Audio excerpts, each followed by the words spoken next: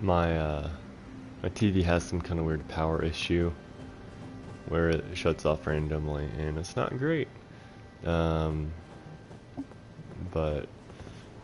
I don't know, repositioning the power wire might help, and I think turning off HDR helps too. Let's see what message that was.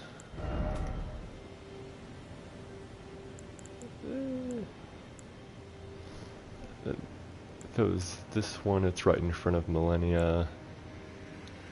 That is near Ronnie's corpse. Don't remember where that was. Anyway. Great stars. Very nice weapon. Yes. So I put Raptor in the Mist. I was not smart enough to figure this out myself, but once I saw it, I could not resist the allure of the Raptor Mists on the heroes' graves with the giant chariots. It's just so nice to be able to stand out in front of a chariot and Raptor Mist it. And the what do you call blunt weapon? They call it strike damage in this game. Yeah, strike damage. This is great against skeletons, and there's lots of skeletons inside of those heroes' graves. So the idea is I need a weapon for the heroes' graves. This is a good strike weapon, and so this is my lightweight strike weapon. That transitions well into the Giant Crusher, which is my heavyweight strike weapon. And with both of these, I like to use fighting skeleton wholly, and so I like to have just enough,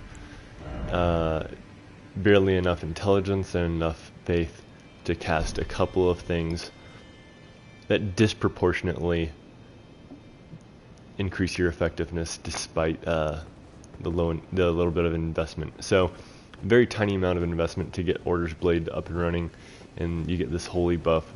It's honestly bonkers. Very good incantation, and I guess that sort of introduces the optimization process I use for this build. I played the same character this whole time. It didn't quite start exactly at the release of the game, but you know, shortly after. And I'd like to think that this is like a definitive level 200 quality PvE build, at least for within the roleplay constraints. So Bloodhound's Fang, fun fact, overpowered as hell, especially with 60 strength, 80 dex. It actually, I think, for the highest raw AR, there's the Giant Crusher, and then there's the Great Sword, and then there's Bloodhound's Fang. So we're talking like colossal grade damage on a curved Great Sword, and it's buffable, so kind of crazy. I do like to put the blood grease on it, or sometimes lightning grease. And you know, a lot of people say, oh, Misericord this, oh, whatever that.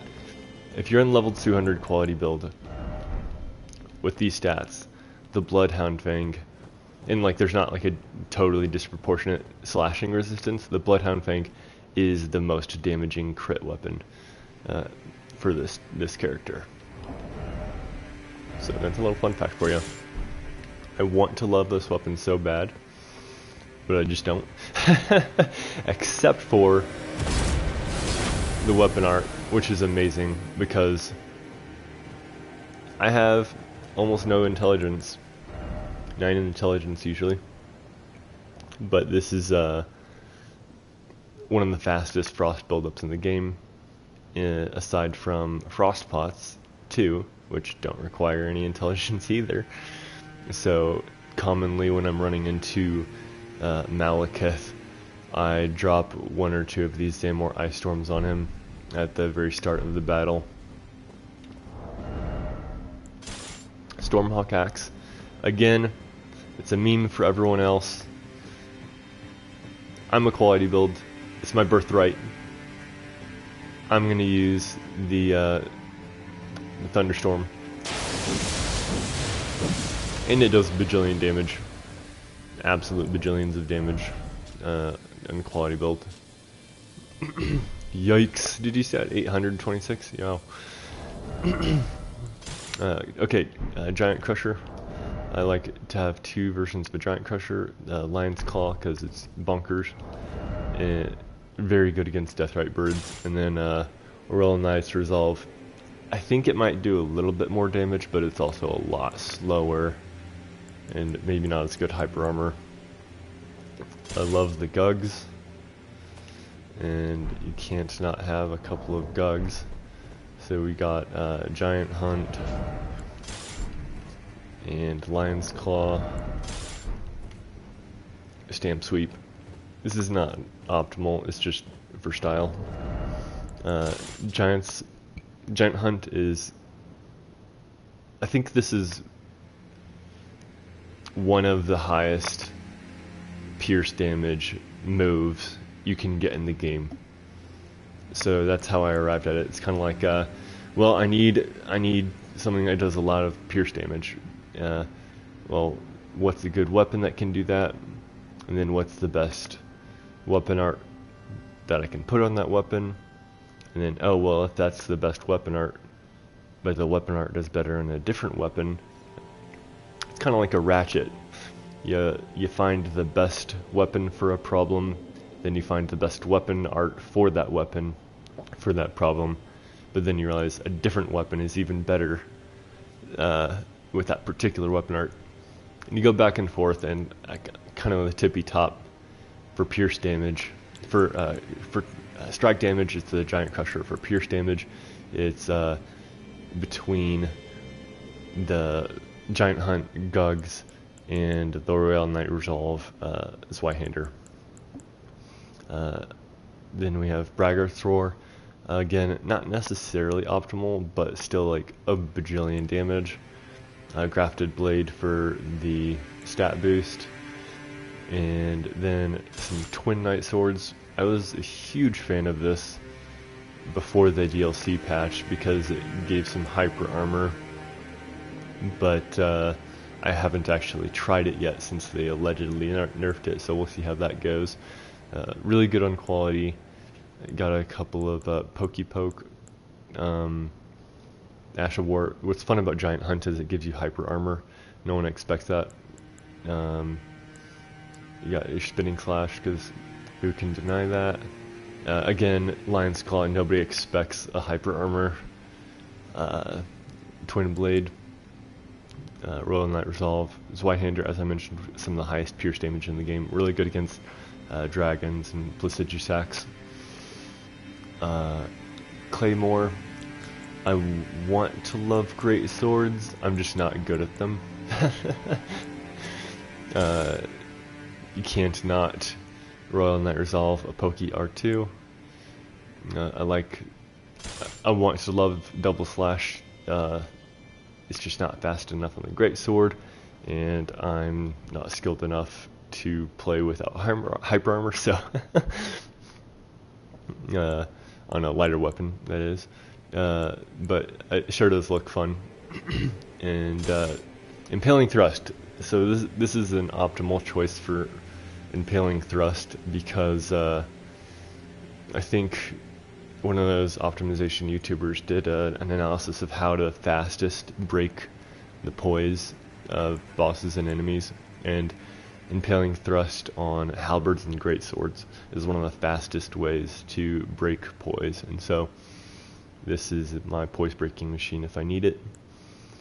And this is just for reach, piercing thing on a greatsword, always good. A quality Flamberg with blood tax. I arrived at this while assaulting Millennia and trying lots of different strategies. If you put a blood grease or blood flame blade on this, then it's a very good bleed option. Not quite as strong as the Raptor Talons in all situations, or Bloodhound's Fang for raw damage, but in a situation like Millennia, the healing really adds up, and the reach isn't bad either. It's just got a little bit of steering issues. Then curved swords. I love the Bandit's quality curved sword. It's very fashionable, and it does a lot of damage on the quality build.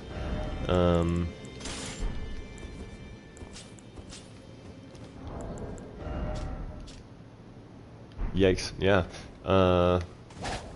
Fun, fast. I just put kick and sword dance because I practice, when I'm trying new weapons, I just run through a lot of PvE, and shield soldiers are very annoying with curved swords, and so I put kick on there, and it's not bad. I arrived at flame versions of these when I was looking for what setups might do the most damage against Millennia or Radagon, and they are weak to fire, so these are some good DPS options. I love the look of the Omen Cleaver, absolutely stylish. Stormblade is kind of at the edge of what fits in the roleplay for this character,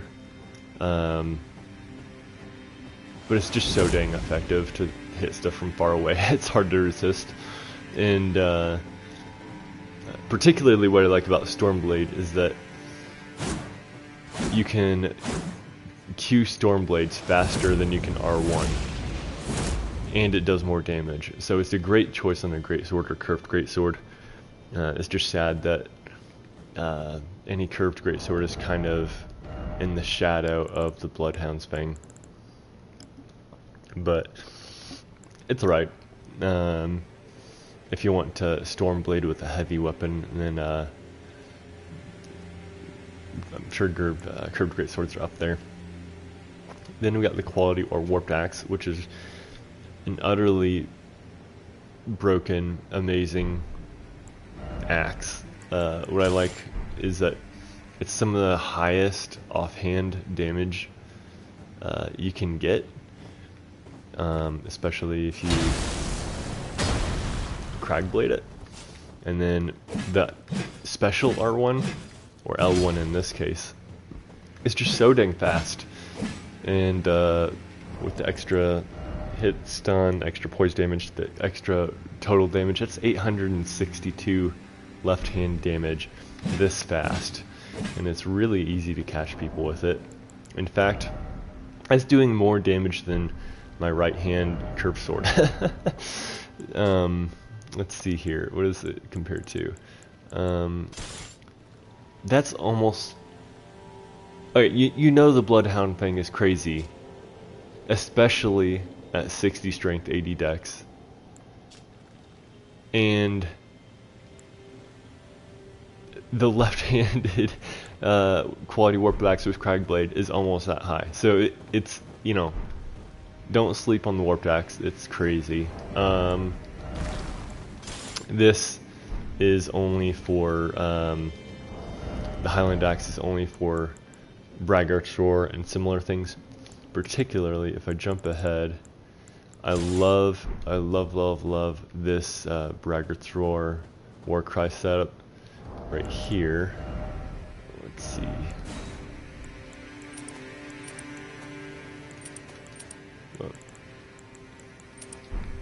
Alright. Very dedicated Braggart's Roar setup.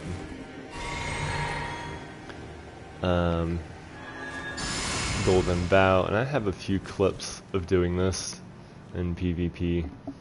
It's kind of a one-trick pony, but it does that trick really good.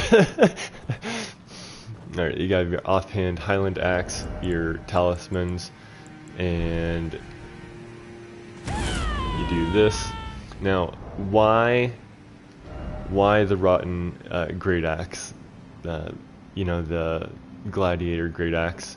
Because it has a built-in bonus to R2 damage beyond all these other bonuses to R2 damage.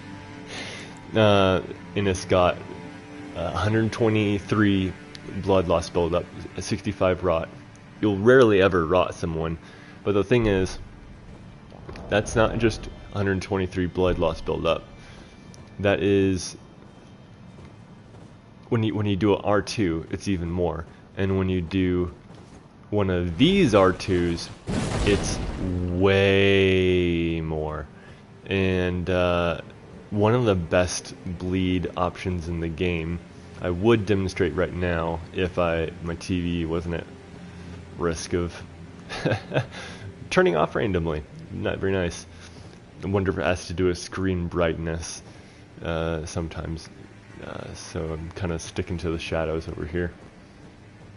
But I can show some clips of that some other time. Yeah, you just do the buff setup, and maybe you want to throw a rot pot or a freeze pot on a phantom, and then you get that, either the freeze bonus or the exaltation bonus. Then you just charge this up, one hit, one bleed, and a bajillion damage, and then you'll do even more damage afterwards. You know, for a non-arcane bleed infusion, like I don't have arcane and I'm bleed infusing this, it's absurd amounts of damage. And I don't think I've seen anyone else do it, so it's kind of like my little secret. Since I do lots of PvE, you gotta do some resource sustainability, so I've got the sacrificial axe. And if you're trying to be resource sustainable, then prayerful strike is really, really good healing per FP, especially on a sacrificial axe, right? So that's kind of how I arrived at that combination. I absolutely love the fashion of great axes. And what's funny about at this statistics, both of these do the exact same damage, and both of them look very cool. So it's just kind of like, I like that because you can tailor different moves to different style. And so I got the sword dance on here, and I think that's one of the highest AR sword dances you can get, so that's how I arrived at sword dance in there. And then wild strikes, obviously extremely strong hyper armor, and with this it's very good damage too. And long haft axe also gets the bonus to hyper armor, so since this wild strikes is kind of meant for trading, it just makes sense. Katanas, I don't know how to play katana. I'm not good at playing katana, but they sure look cool. This very, very strong bleeding option, even without arcane. If you get in melee range, it's kind of hard to stay in melee range, but for PvE, if you just want to try something different, it's not the worst. I love, you know, since this is a Dex character as well, I love the double slash sort of role play. I don't think I'm very good at using it though. Same with unsheath. And I didn't originally have spinning slash, but it's so good you just kind of can't say no to it on a Nagakiba. Or at least it was. I don't know what's new in the latest patch. And then the good old waterfowl dance. I want to love the serpent bone blade so much, but it doesn't trigger poisoning fast enough, and once you do trigger poisoning, the damage is so small.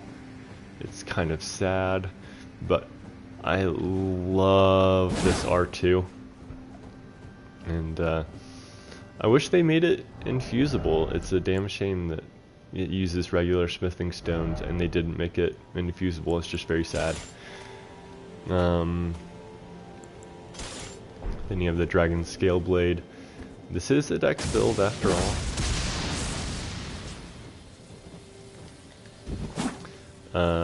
Also not an overpowered weapon.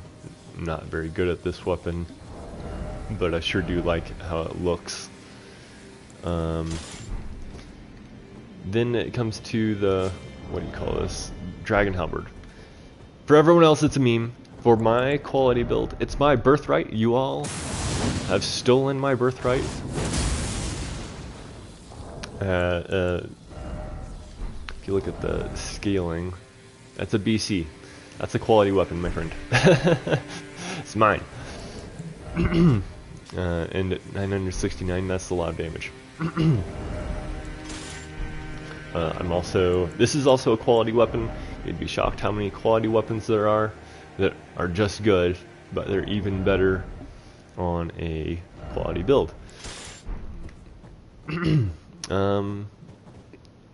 the longest time, I wasn't a fan of the look of this halberd, but it's kind of grown on me a little bit.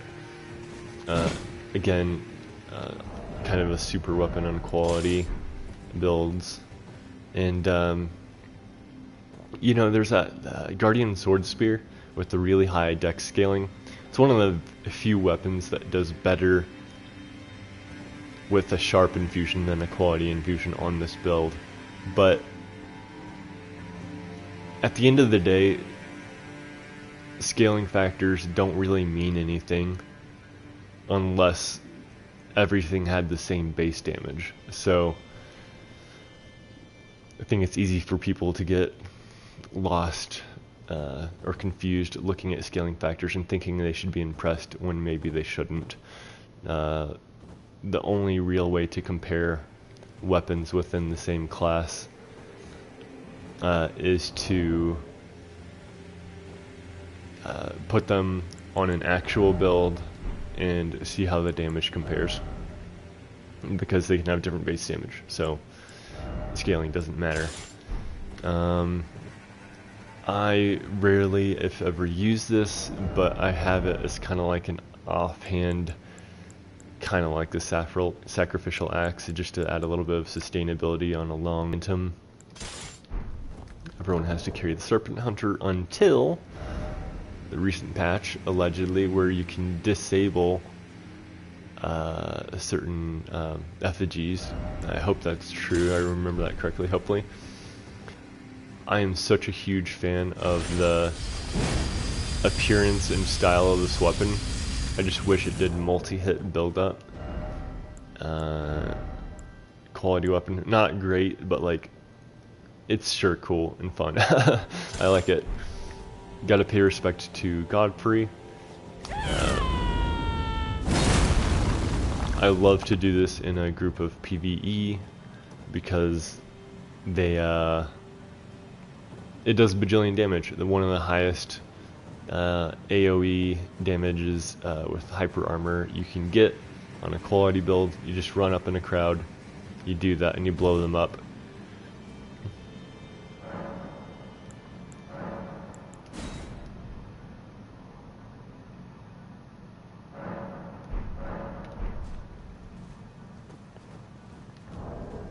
Yeah, so it's definitely a good tool worth keeping on if you expect to run into a crowd.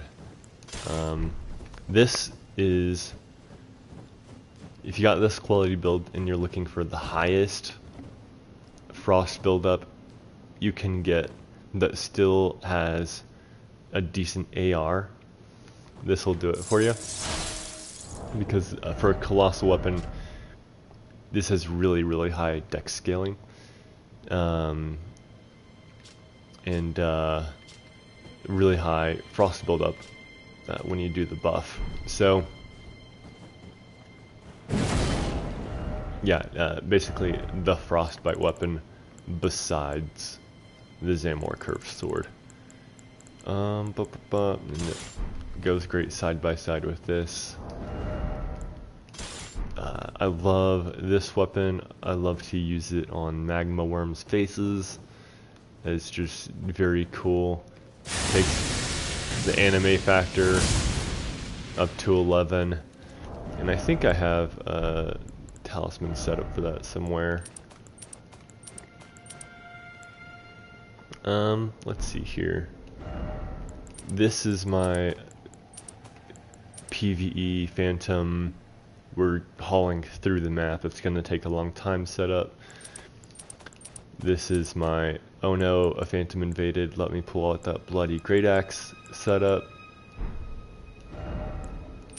This is my, we're about to fight Malekith setup. And I'll use the Zamor Curved Sword, then the Bloodhound Fang. Then sometimes I'll switch to a Great Bow. We haven't gotten to that yet. Somewhere around here, aha, yes. This is the Ancient Dragon Lightning Kit for the Crag Blade and for the Bolted Grain Sacks, which is a meme for everyone else, but it's my birthright. I have, you know, 80, 85 decks. Does a lot of damage.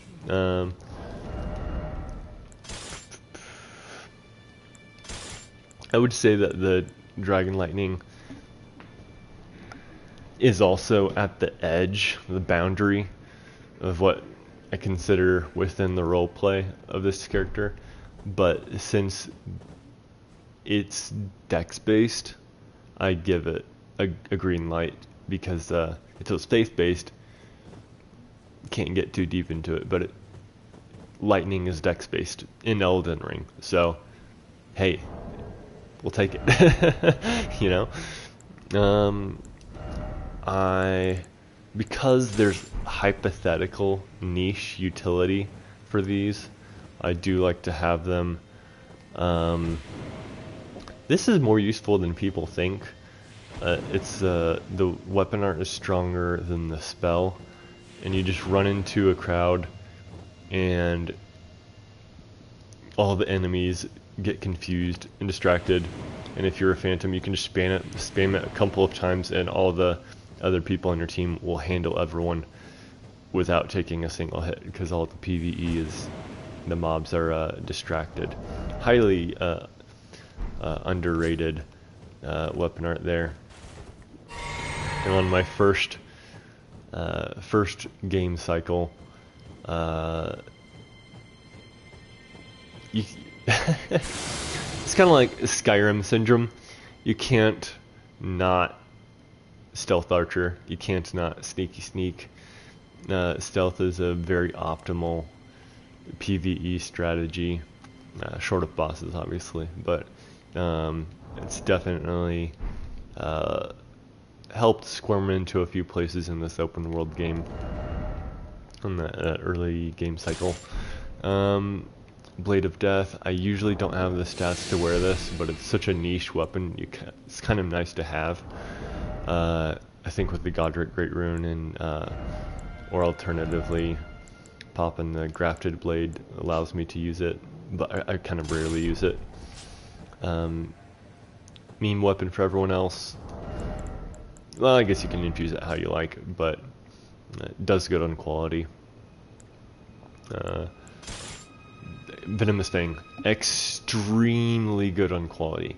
Let's see how that. 548. Wow. Yeah, I don't know what to tell you. I don't actually use it a whole lot, but I think it's one of the highest, if not the highest, damaging fist/claw weapon on this build. Guitar, I want to love it. I know some people are really good at it, like the running attack and stuff. I just haven't played with it a whole lot. Arumi, blah blah blah, birthright, dexterity, meme for everyone else.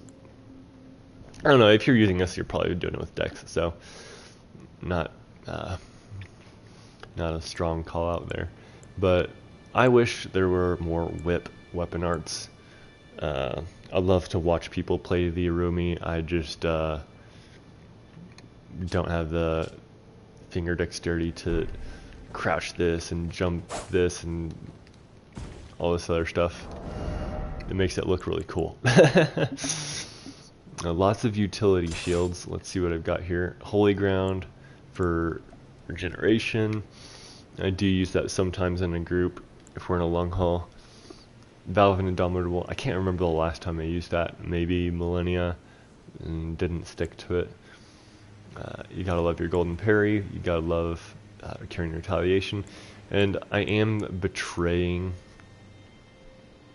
You know, I like that there's like a little fashion matchup with these. Like each shield almost looks like it does what it does. But I do understand it kind of betrays to other Phantoms. There might be something different going on. Then Storm Wall. I know a lot of people will use the Spiral Horn shield religiously.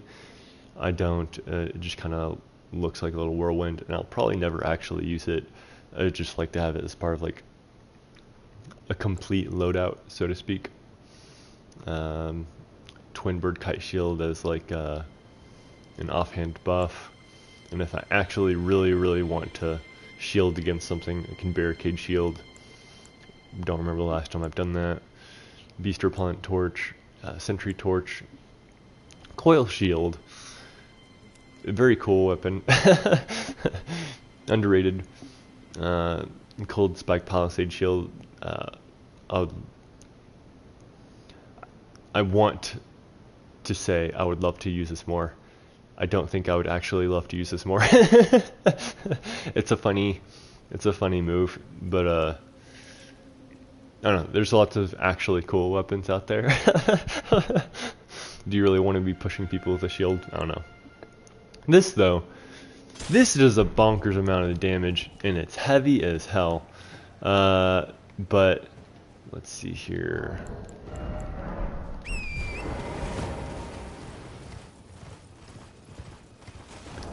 Do I have, it should be fine. Alright, so like, we're not,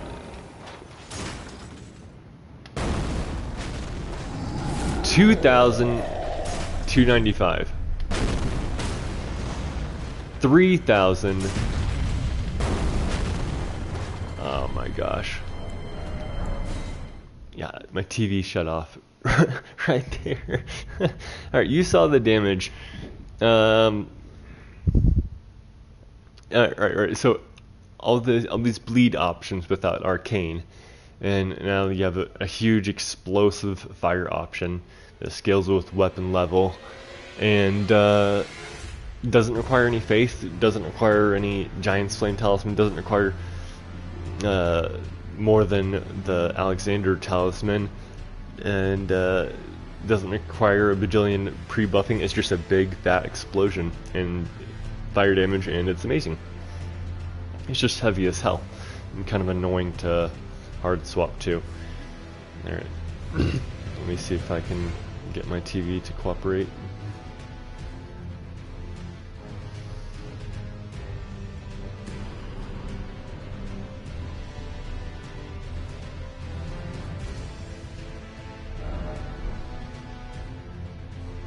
It's a good thing I knew how to quit out without seeing the screen.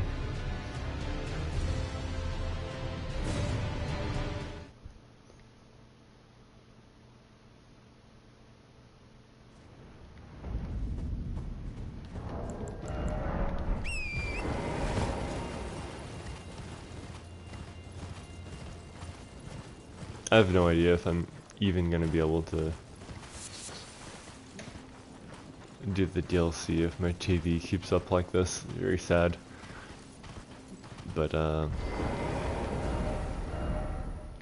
least I can make up for the time before the DLC by sharing this build. I want to love this shield. The timing window is so short. It's very sad. It's not that effective. You'll do this, you'll miss it by 1 frame and then get stunned by the star shower, and it's awful. I found you can hold shield and then use the weapon art while holding the shield. That's about as fast as you can do it. But like never let off of L1, never let off of holding the shield up. Unlike that, right?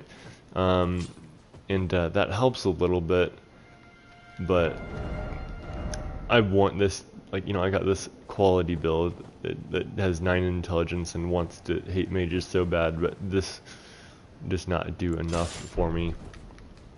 Very disappointed. You gotta love cannon, and I wish there was some kind of scaling on it, but alas. Dragon Communion Seal only because, well, it did start as the lore Dragonborn, so to speak. I don't use dragon incantations. It's just a weightless seal that does, that can help me cast a couple of spells. Then, Staff of Loss, I think, I only have the stats for this when I'm buffed up or I use a talisman, but I like the fact it doesn't have glintstone because it's kind of like the poor man's casting stick without any association with the academy. And we'll see if I've got any spells. Yeah, I think Night Maiden's best if I ever want to cheese something, and I never actually use Unseen Blade because there's actually good buffs out there. And like, okay, so you're over here and you're like, oh, I want an Unseen Blade, let's do Unseen Blade, let's make my blade invisible, right? No one will see it coming. Ho ho, look, I have this long range Urumi, no one will see it coming, except they got little wind trails, so those wind trails give it away, so why even bother? Maybe you could do, let's try this Zweihander. Are there wind trails in the Zweihander? Not as bad, but I don't know, maybe I should try it more, but I don't know, there's other buffs you can do, speaking of buffs and pierce weapons, don't sleep on Dragon Wound Grease. For a quality build, it's just like a 20% buff, if I remember correctly. It's like, it's not a flat buff, like X damage. So Dragon Wound Grease, really good against dragons.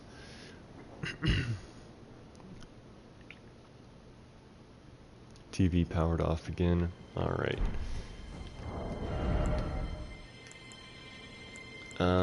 Great bows. Quality build, birthright. Lots of damage. Pay respects to Radon. Had, I think, like one of the only little tidbit spoilers I've seen is that we might be hearing from Radon again in the DLC. Otherwise, I'm going in pretty blind. And I slept on the small bows for so long. I got the pulley bow for the crow cheese in Mogwin Dynasty, but it turns out the best bow for that or anything is Enchanted Shot. And you might look at the AR and say like, oh, it doesn't look like it does a lot of damage. The thing is, like, you gotta think, your damage isn't just your damage. Your damage is how reliable you can hit someone. So you can have a 1000 AR ultra great sword, but if someone reaction rolls every attack you make, then you're not doing a lot of damage. It's like the accuracy percentage times your damage. That's what really matters. And Enchanted Shot is like a 90% accuracy.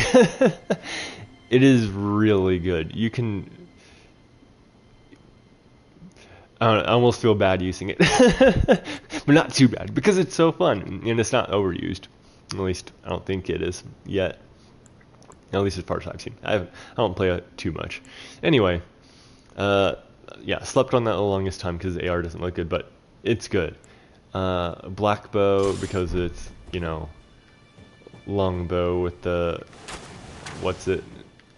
you know, I don't actually really use it. Oh, so the way this works is that if I really wanted to do damage, I use a great bow. But for this, it's this weapon art, Mighty Shot, is the highest longbow damage.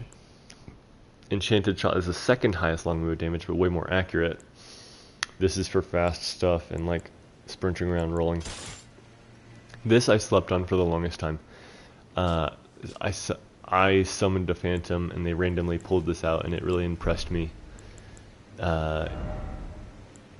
With these mixed arrows, you can stun an iron version with the lightning bone arrow, like almost immediately. You can rot people really fast, you can bleed things really fast, you can freeze things really fast, you can sleep things really fast, you can poison things really fast. And I think that's just another version of Frost and Sleep. So you can do other things too. I just kind of wanted to narrow down my options as much as possible. So yeah, who needs the intelligence for Saint Trina swords when you can, you know, use Rain of Arrows on your quality build? So I think that covers all the weapons I've arrived at and consolidated and optimized up to this point. Obviously the more intense stuff towards the top, and then more just flavor and messing around, having fun towards the middle, and great bows towards the bottom. Fashion, when I was role-playing a character, I felt a lot of respect towards Radon and Garank, or Malekith. Malekith is definitely my favorite character, I think. Also Nefeli and Godfrey and Blythe. So I kind of see every piece of outfit shared with them as kind of like a little bit of respect paid towards them. No respect for mages, that's for sure.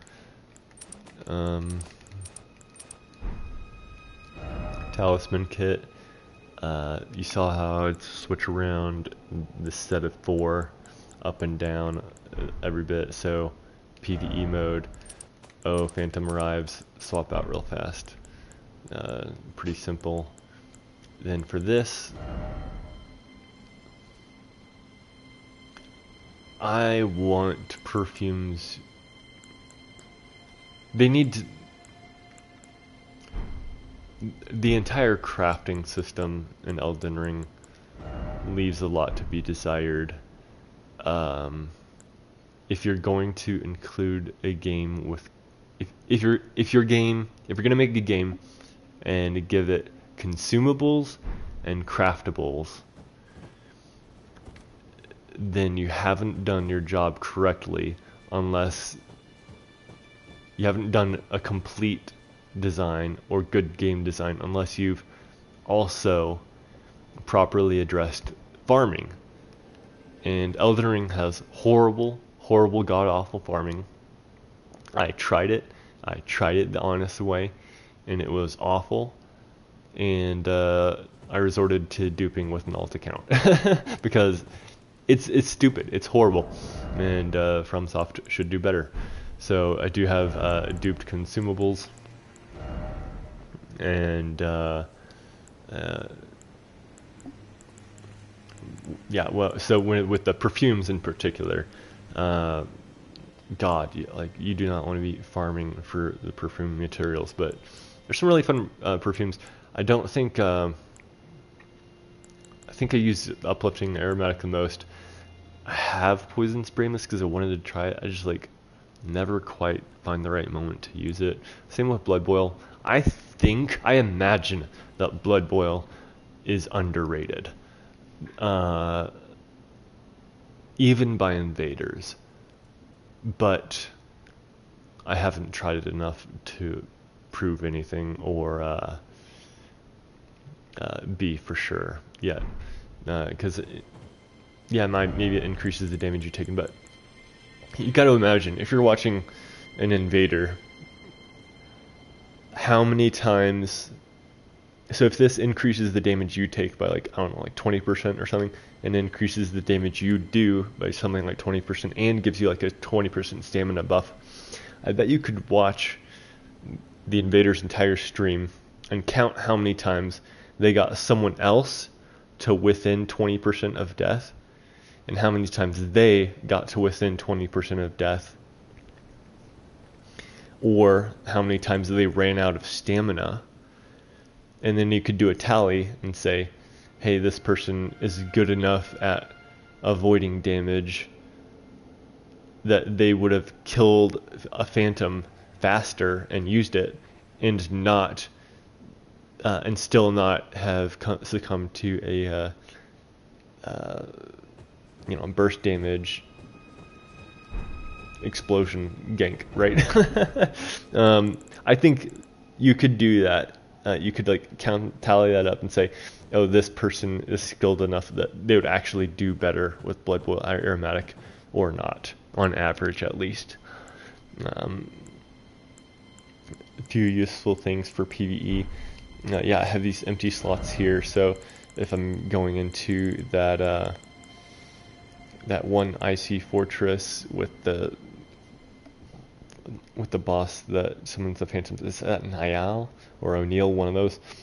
I'll whip this out, have it ready. If I'm going into Malekith, I'll quickly swap to this, and etc, etc. This reminds me, consumable strategy.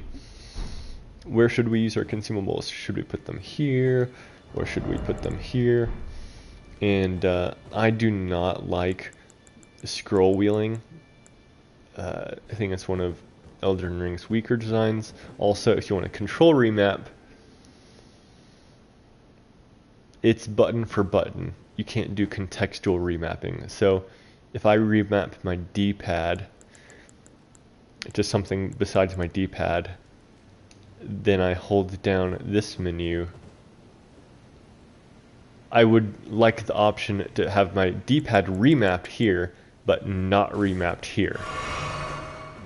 But if you remap your D-pad to like your left button or something, then you have to use left button here. And that infuriates me. So I think the control remapping is incomplete, and find that frustrating. Anyway, incantations, healing. Black Flame Blade is another, it's just like a Order's Blade, highly accessible, with just a small stat adjustment. You just pop a heirloom talisman if you need, and it does incredible damage in the right situations. Like I was fighting Millennia, I was like, hey, what's the best setup I can get on this build? And it's definitely maybe a tiptoe beyond this character's roleplay wheelhouse, but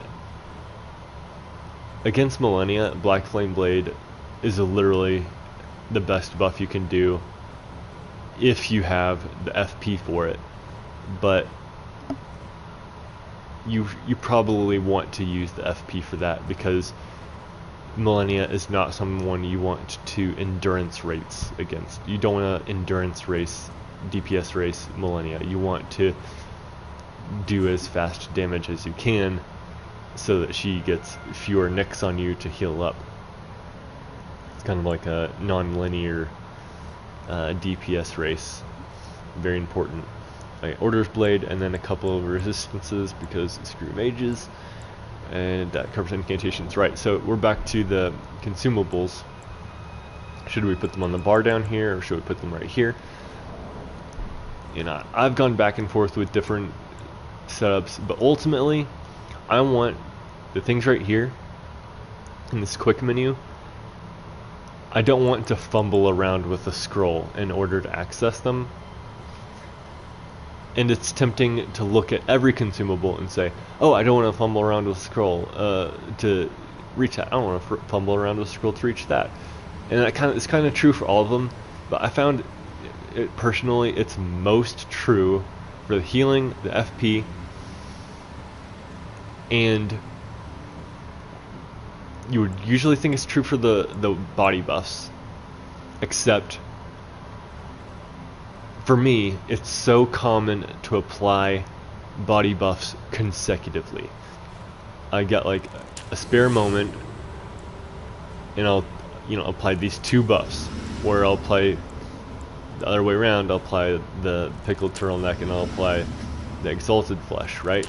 That's more than one thing at a time. Maybe I'll throw on an uplifting aromatic.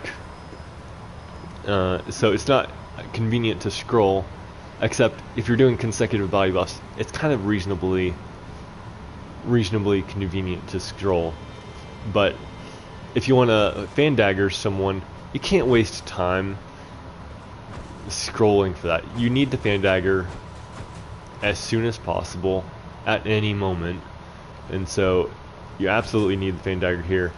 And if you want to buff, and you want your best buff, and you fixed the farming crafting problem because FromSoft did a bad job there, and you have enough string, you want your stringified bundles, and they last for such a short time. You want that accessible at all times. And then healing, obviously, want accessible at all times. FP, pop those at exactly the optimal time.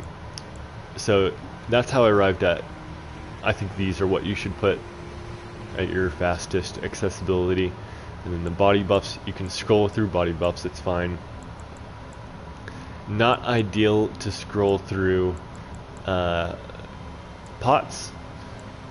Ideally you could go for the right pot in as few button presses as possible, but I think Fan Dagger gets the edge, and there's such a huge variety of pots that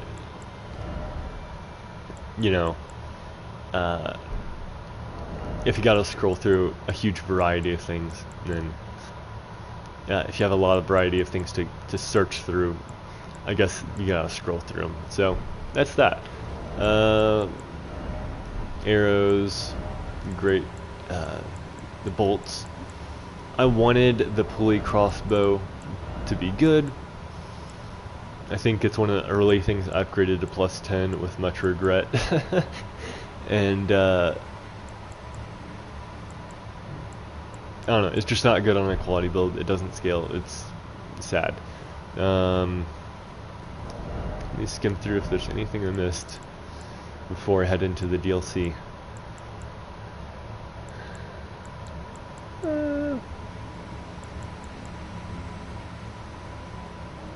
I hope they have some ancient dragon smithing stones,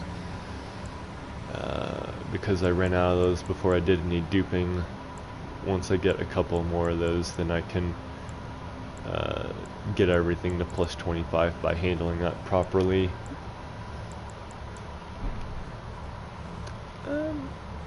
We can take a look through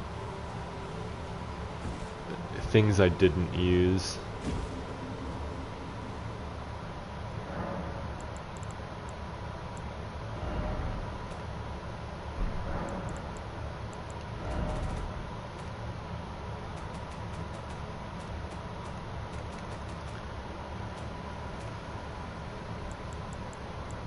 Don't use these too often,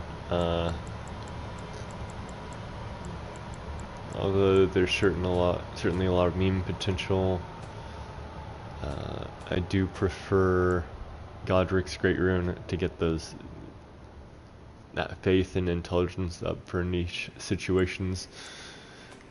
Although at a level 200, obviously, if you didn't want to push health and strength and dexterity to where I had it, then you'd certainly have a few points to spare and wouldn't need Godric's Great Rune.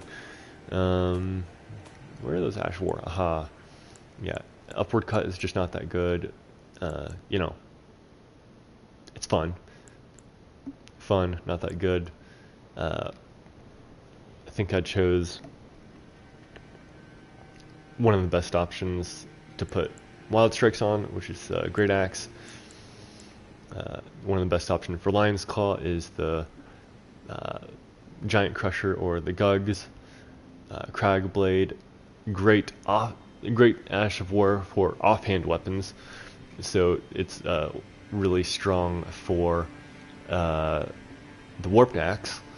If you did not want to use an offhand weapon and you wanted to use this for a main weapon, I would suggest that you probably want to do something else, because an R1 or an R2 with Crag Blade probably won't do as much damage as a different Ash of War without Crag Blade. That's just what I've seen insofar as I've tested different weapons. Obviously there's certain exceptions, like the Star Fist that can do a bajillion poise damage, but yeah, that's my general conclusion on Crag Blade so far. Kick, I have that on a curved sword because shields don't, almost counter curved swords. You can't, there's almost nothing bad to put Endure on. Absolutely never use Ground Slam. I don't know what the heck they were thinking. Even from day one in Limgrave, Elden Ring is a goofy game that does not take itself as seriously as Dark Souls 3 or other Dark Souls. I played Dark Souls 1, skipped 2, and I played 3. Elden Ring is goofy. The fashion is goofy. The moves are goofy. The enemies are goofy. Frickin' god skins, what the hell, dude? They certainly made a clown show with this game, so it'll be interesting to see what's in the DLC. World's Hearthshaker, probably not bad for PvE, except no, I think I did compare this to Godfrey's Axe, and for this build, Godfrey's Axe is a little either better or more efficient or something. I'm satisfied with the Godfrey's Axe instead of the Orlu Earthshaker. Warcry and Braggart's Roar, always fun. Barbaric Roar, I find less uses for that. I know that's also good on the Warped Axe. I know Warped Axe is also good Bleeding Fused. I just haven't played it that way myself. Troll's Roar, also allegedly good. I think for my purposes, it doesn't do as much damage as the Godfrey Axe. So that's why I don't use it. Impaling Thrust, best poise breaking on a greatsword or halberd. Piercing Fang is just nice. Repeating Thrust, almost useless compared to Blood Tax. Just a little bit more damage, but not enough. I want to love Double Slash, just not good at playing it. Sword Dance has hyper armor, so I can play it, and it's really strong on a Great Axe. I think the highest damage you can get with it is on a Great Axe. Unsheath, just fun, and Quick Step, almost no way to go wrong with Quick Step.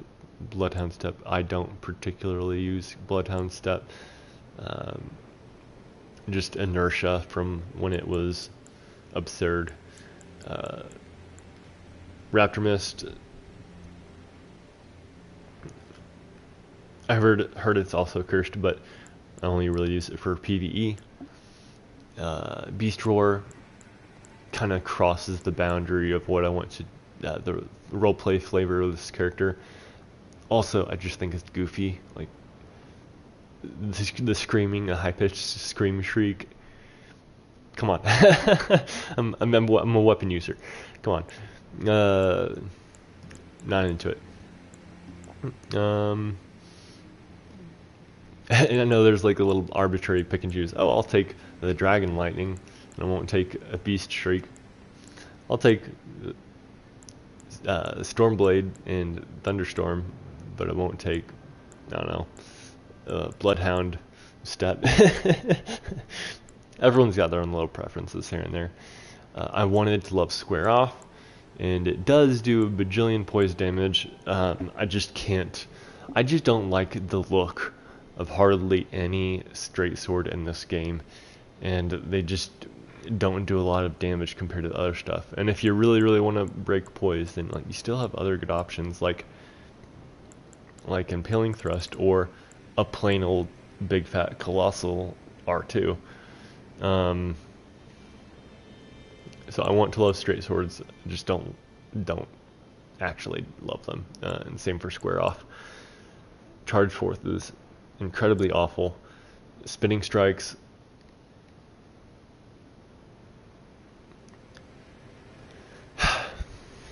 I want to love it, but every time I try to use it, it just doesn't have enough hyper armor. Have you noticed the theme? I like hyper armor. Giant Hunt, very strong on a ultra great sword. Everyone knows that. Stormblade, favorite gimmick about Stormblade is attacking faster than a great sword R1 on a great sword. So I think it's a great choice in great swords. Storm Missile was allegedly broken and horrible, but I've never used it. Again, I think it's kind of that storm wind boundary where sometimes I'll take it, sometimes I won't. Kind of like a Beast Roar or Storm. I will take Storm Caller. I won't take Storm Stomp. It's hit and miss, you know. So I just haven't used a Storm Assault. I also think the animation just looks weird. There's not a lot of forward movement. I feel like when those Banished Knights do it, they have a like way huge forward movement. I would probably take it if there was some forward movement, but just the up and down, I just don't like how it looks. Maybe that's a weird thing to say, but maybe it's not. You know, Elden Ring, we like the way that it looks when you swing your weapon, right? That's why no one likes the Ground Slam. It looks stupid. I think Storm Assault kind of looks stupid unless it had more forward momentum. Vacuum Slice is just bad as far as I've tried it. Phantom Slash is good. I think I put that on that halberd. Relic Night Resolve, obviously great. I had my favorite build I played in Dark Souls 3, used the Gugs and used Blessed Weapon and Power Within. And it was so beautiful. I think I did... One-shotting is really rare in Dark Souls 3 compared to Elden Ring, but I think I did one-shot one or two people with that setup, and it was so satisfying. And the charged R2 extra little nudge of hyper armor in Dark Souls 3, it's so nice. I do have a whole video on that called Strength Princess or Strong Princess Slam Jam, and it's a lot of fun. Magic Ash War, don't use them. Don't want them, don't care for them. Not in this character anyway. It's just not the style. Same with Waves of Darkness. I know it's very good, and I actually do like Waves of Darkness. It just doesn't fit this character. Flame Strike, it's strength based. Hey, I'll take it. I did use Eruption for the longest time on Great Stars and on the Butcher's Knife. But the Butcher's Knife is just really not good, and it kind of got filtered. You know, like a great, like, oh, like, hey, you got this lava, and it heals me on every tick, right? But it's just not enough. If you want to do fire damage, those Bandit curve swords with Flaming Strike will do a lot of fire damage, and the healing, you know, it's not gonna save you from an Erdtree Slam. Like, alright, basically, you're going against an Erdtree avatar, you're going against a Rotten avatar, that's when you're pulling out the fire weapons, right? A Bandit Curve Sword will do the job. Butchering Knife, Great Stars, Eruption.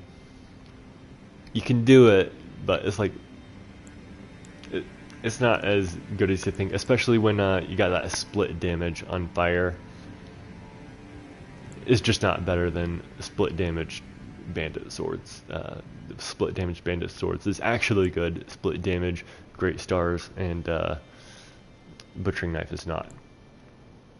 It's a shame what they did to Flame of the Redmanes, but it is what it is. I think I used to keep it on a weapon or two, but I kind of filtered it out because I was never actually using it, never in a situation where I was like, oh, this is what I want to do right now. Preleth's Charge is a goofy meme, terrible Ash of War, just awful. It does 0 damage, and there's no point. Black Flame Tornado is notoriously overpowered. I think it's outside the boundary of what fits the roleplay. There's a little iffy picking and choosing. I might change my mind on that, because for the longest time I didn't use the Black Flame incantation, right? So, but I finally gave in, because it's literally the best weapon buff you can use against certain enemies, like Millennia. So I might have to change my mind on giving this character permission to use Black Flame, because you know, if she's quality built, but can learn a little bit of Faith here, a little bit of Arcane there to use some incantations. Maybe she can, she's got enough experience exploring lands between to learn some Black Flame. Never used Thunderbolt. Not a huge fan of faith-based incantations. Actually, sorry, this is an Ash of War. Yeah, I guess I could use this. I just don't like giving up a real L2, if that makes sense. It's kind of like, I guess we'll see a few examples here, right? Like, so Shared Order grants, where's the one that shares? Yeah, Shared Order is like, where's, switch view, there's Sacred Order and there's Shared Order. Well, Shared Order buffs your friends, but it'll also erase whatever weapon buff they had, maybe, I think, I'm not sure. And it's, so maybe you're just like stepping on their toes a little bit. But if you're concerned about yourself, and this does more damage, right? But if you put this weapon art on your weapon, you're like, oh, I'm being smart, I'm being optimal, I'm doing holy damage and preventing resurrection of skeletons and stuff. When actually, you're giving up a real L2, and you could have used the incantation, which would have been more effective and longer duration anyway. If you're willing to just do a quick little hard swap. So that's how I rule out stuff one step at a time. Rule out Sacred Order. Put a real Ash of War on your weapon. And that's kind of how I feel about Thunderbolt. And not as strict as Sacred Order in that regard, but I like having real Ashes of War on my weapon that actually does a lot of damage. And also it's just kind of cheesy. Thunderbolt's kind of cheesy. I know everyone's got their own little will or won'ts on different cheese, but yeah. Lightning Slash, I had Lightning Slash on this Y-hander for the longest time, but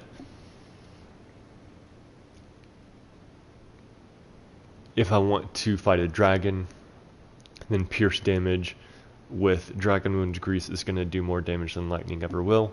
And if I'm facing an Iron Maiden, then those Lightning Daggers will stun them really fast, or the Lightning Rain of Arrows will stun them really fast. And I just don't find myself in enough situations where I need pure lightning damage And even if I did just need pure lightning damage, I have the Bolt of Grand Sax, right?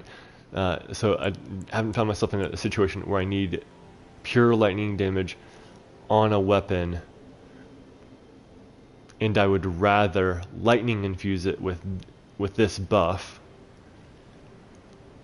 than quality infuse it with a bundle, right?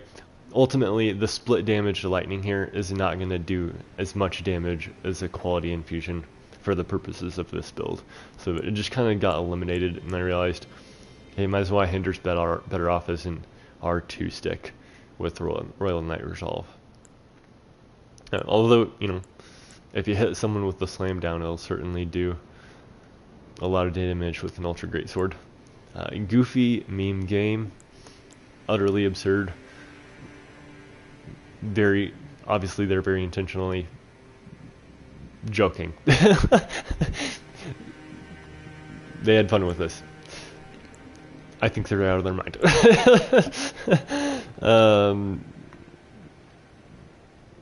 Sacred Blade, I think it's good. It's just a little too holy damage, a little too faithy for this character. This is just for pragmatic purposes on the sacrificial axe.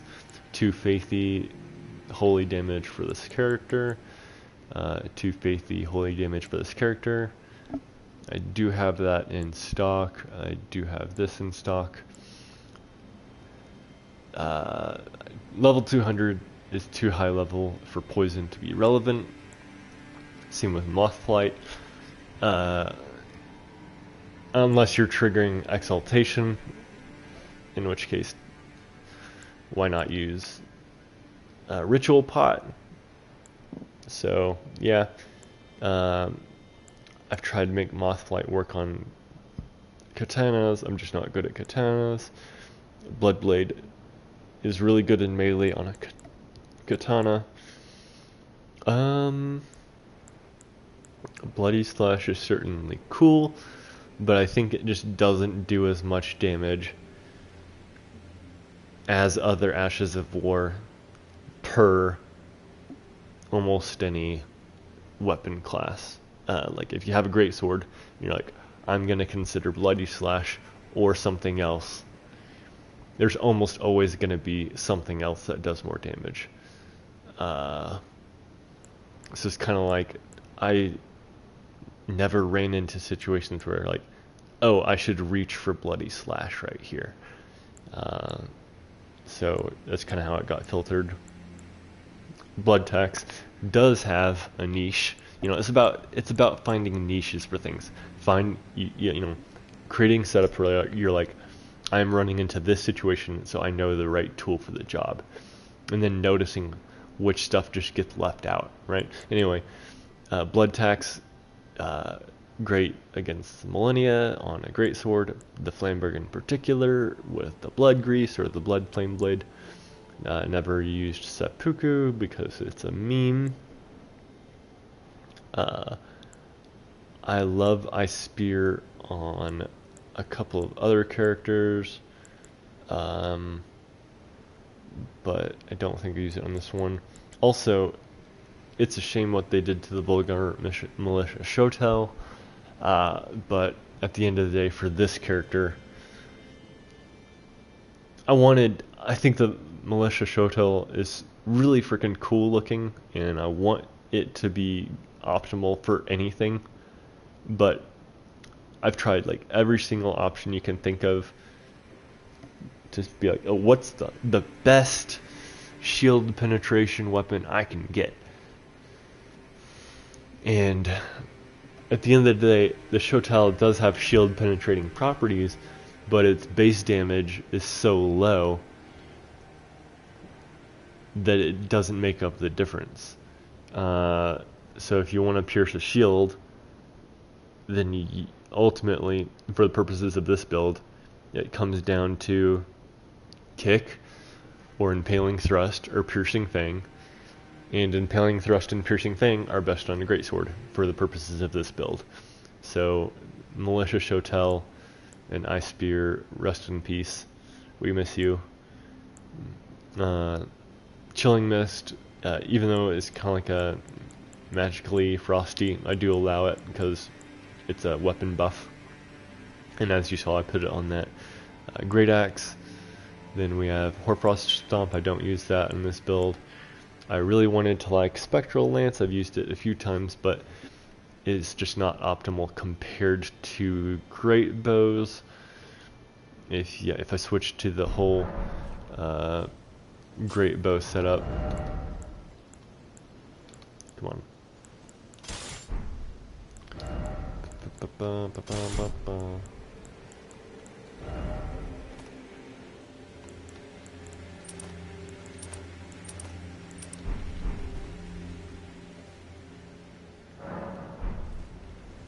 Yeah, this will do a lot of damage.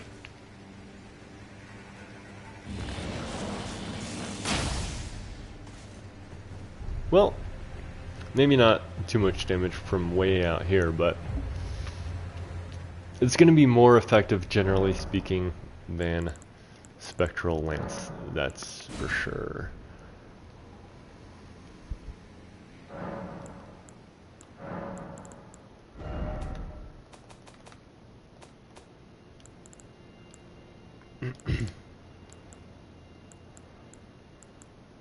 I do have White Shadow's Lure and Assassin's Gambit because they technically have niche uses, even if they're not incredibly great. That's why I just put them on the little dinky katana daggers for fun. And I bleed infuse them for fun. Never actually use them for bleeding anything though.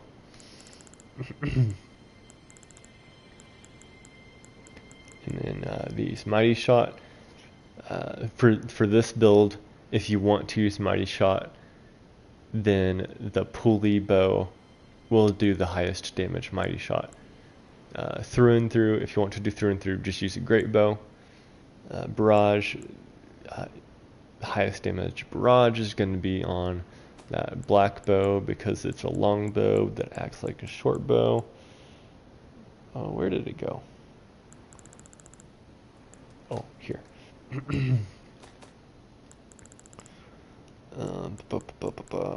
Enchanted Shot, highly underrated, or if you know about it, then probably not underrated, and you know.